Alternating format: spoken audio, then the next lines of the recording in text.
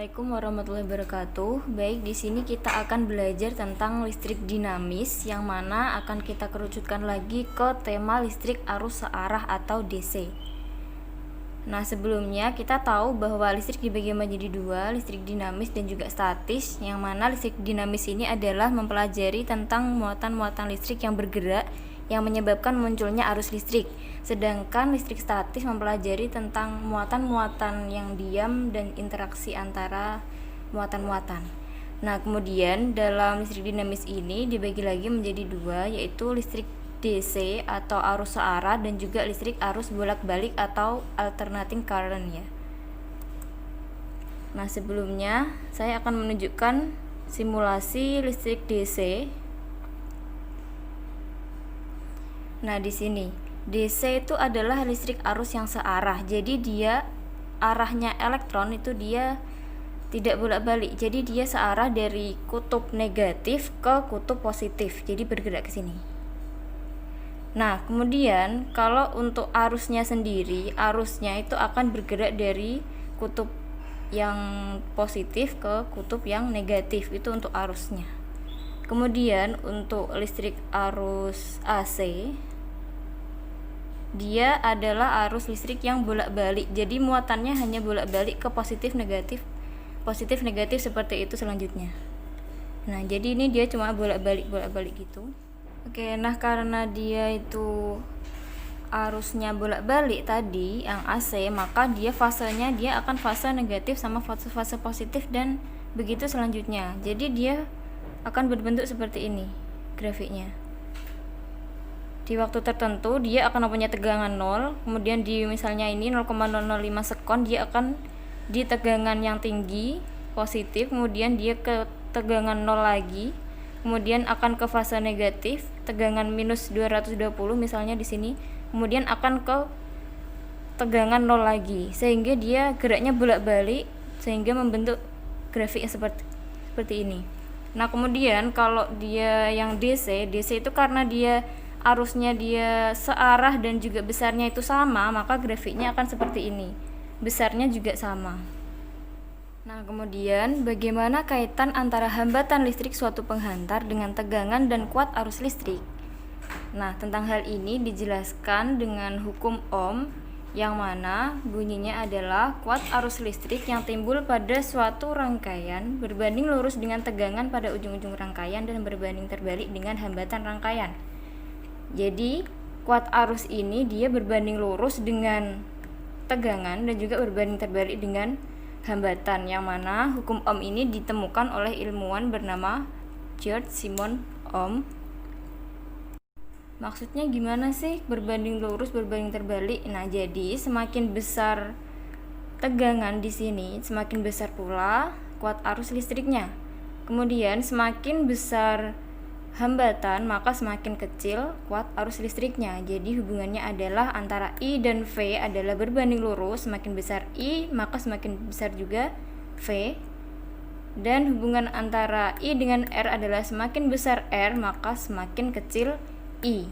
Seperti itu. Selanjutnya adalah hambatan listrik. Nah, nilai hambatan pada kawat dipengaruhi oleh beberapa variabel seperti misalnya massa jenis kawat, kemudian panjang kawat, kemudian luas penampang. Nah, hubungan antara R dengan hambatan jenis kawat dan juga panjang kawat hubungannya adalah berbanding lurus. Nah, kemudian hubungan antara R dengan A di sini adalah berbanding terbalik. Seperti itu. Jadi hambatan kawat berbanding lurus dengan panjang kawat dan berbanding terbalik dengan luas penampang. Semakin besar hambatan jenis kawat dan juga semakin panjang kawat, maka semakin besar juga hambatan listriknya. Kemudian semakin besar luas penampang di sini, maka semakin kecil hambatannya, seperti itu. Nah, nilai hambatan jenis dari berbagai bahan itu berbeda-beda ya. Seperti di sini di tabel di sini bisa dilihat ada perak, tembaga, emas. Nah, di sini mempunyai hambatan jenis yang berbeda-beda.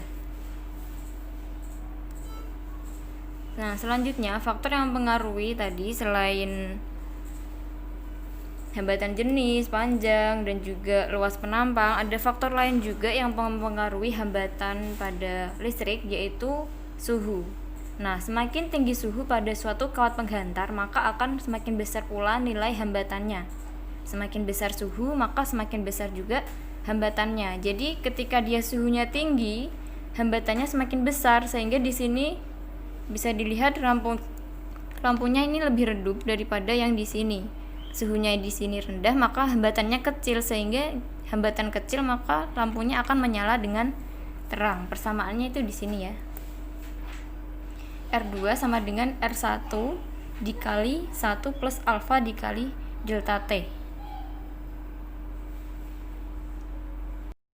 Nah, persamaan yang ada di sini ini kita juga bisa tulis dengan bentuk yang lain seperti ini.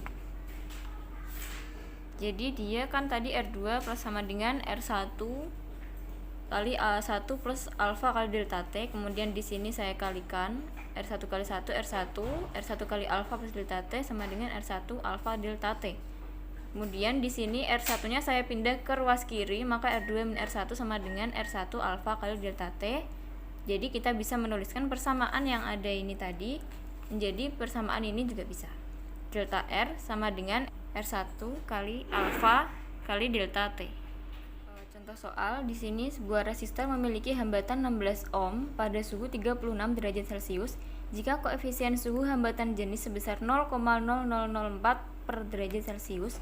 Pada suhu 20 derajat Celcius hambatan resistornya berapa gitu kan.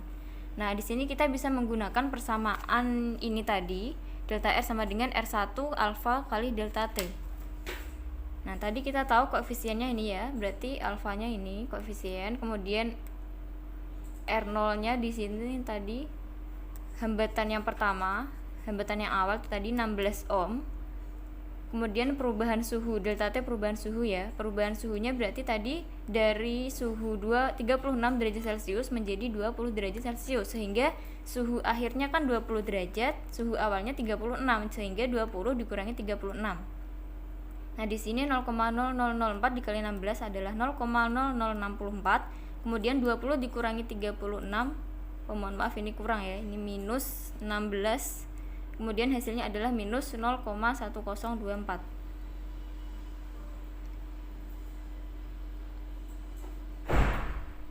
Sehingga di sini, nah karena yang ditanya adalah hambatan pada saat suhunya 20 derajat Celcius, sehingga kita yang ditanya adalah hambatan ketika T2, sehingga RT2 sama dengan hambatan tadi, perubahan hambatan ditambah hambatan yang pertama tadi ya, sehingga minus 0,1024 plus 16 jadinya 15,8976 ohm. Baik, materi selanjutnya adalah hukum Kirchhoff yang pertama, yaitu yang menerangkan tentang jumlah arus yang masuk pada suatu titik percabangan adalah sama dengan jumlah kuat arus yang keluar dari suatu titik percabangan tersebut. Jadi di sini I masuk sama dengan I keluar, I masuk sama dengan I keluar. Nah, di sini bisa dilihat ya, panahnya ada 3 di sini, I masuk, di sini sama dengan I keluar. Selanjutnya adalah susunan seri paralel resistor atau hambatan. Yang di sini yang pertama adalah susunan seri. Bisa dilihat di sini susunan seri seperti ini ya. Nah, kemudian yang pertama, hambatan pengganti sama dengan jumlah hambatan tiap-tiap komponen. Jadi di sini apa sih hambatan pengganti itu? Hambatan pengganti itu jumlah semua hambatan yang ada di suatu rangkaian. Jadi di sini misalnya ada 4. Jadi hambatan penggantinya adalah R total di sini. Jadi R1 plus R2 plus R3 plus R4. Itu untuk rangkaian seri. Kemudian tegangan pengganti sama dengan jumlah tegangan tiap-tiap hambatan. Jadi tegangan penggantinya dia sama dengan jumlah tiap-tiap tegangan. Selanjutnya, kuat arus yang melalui tiap-tiap hambatan sama dengan kuat arus yang melalui hambatan pengganti.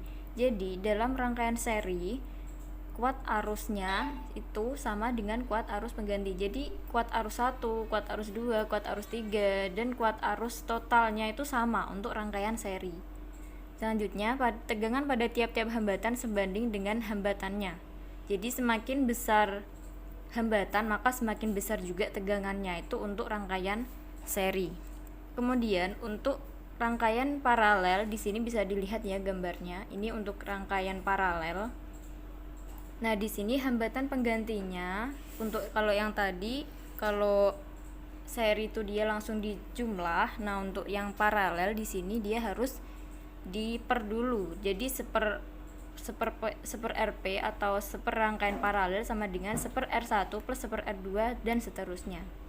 Kemudian untuk tegangan pada tiap-tiap hambatan sama besar, yaitu sama dengan tegangan pada hambatan penggantinya. Jadi tegangan pada rangkaian paralel itu adalah sama besar antara tegangan pengganti dengan tegangan tiap-tiap hambatan. Kemudian kuat arus yang mengalir pada hambatan pengganti paralel sama dengan jumlah kuat arus yang melalui tiap-tiap hambatan. Selanjutnya, kuat arus yang melalui tiap-tiap hambatannya berbanding terbalik dengan hambatannya. Jadi semakin besar hambatan, maka semakin kecil kuat arusnya. Seperti itu. Baik, selanjutnya kita akan ke contoh soal. Contoh soal susunan seri paralel resistor. Ya.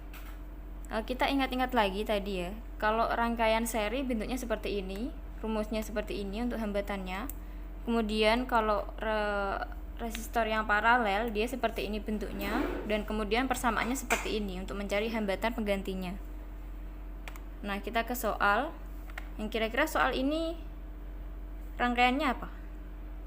Ya, benar sekali, kita di sini adalah rangkaian campuran ya. Jadi ada seri dan juga ada paralel. Jadi ini rangkaian campuran. Kemudian yang pertama kita akan mencari hambatan total rangkaian, kemudian arus yang mengalir pada rangkaian, dan juga beda potensial antara titik A dan B. Untuk hambatan total rangkaian berarti kita harus mencari satu-satu ya. Di sini karena tadi ini seri ya, ini seri, kemudian ini paralel, kemudian antara ini nanti sama ini nanti dia seri, sehingga kita harus nyari satu-satu. Yang pertama RS1, rangkaian seri yang pertama adalah di sini ada 4 ohm sama 2 ohm, sehingga tadi kita tahu ya kalau seri itu dia langsung ditambah, kalau dia paralel berarti seper. Berarti kalau ini tadi rangkaiannya adalah seri, berarti langsung ditambahin aja RS1 sama dengan 4 ohm plus 2 ohm sama dengan 6 ohm. Kemudian karena udah ketemu ya ini RS1-nya, terus kita paralelkan RS1 ini sama R5 di sini. Kita paralelkan menjadi seper RP1 sama dengan seper R5 plus seper RS1. Seper 6 ya, seper 6 ohm plus seper 6. Sehingga ini jadinya 2/6. Nah, kemudian kita harus balik dulu. Kan tadi seper RP1 2/6, sehingga RP1-nya adalah 6/2 sama dengan 3 ohm. Nah, selanjutnya yang karena di sini kita udah ketemu ya rangkaian pengganti yang ada di rangkaian ini, udah ketemu, kemudian kita harus serikan lagi sama rangkaian hambatan yang ada di sini. Sehingga di sini RS2 sama dengan RS1 plus RS1 plus R2 plus RP1. R1 plus R2 plus RP1, sehingga 2 ohm plus 3 ohm plus tadi RP1-nya 3 ohm, sehingga kita bisa menjumlahkannya semuanya menjadi 8 ohm. Nah, selanjutnya yang terakhir adalah mencari beda potensial antara titik A dan B. Maka kita harus mencari antara titik A dan B. Berarti kita memakai hambatan yang ada di antara titik A dan B. Jadi kita cuma memakai hambatan yang ada di sini saja. Sehingga kita akan memakai hambatan ini ya tadi ya.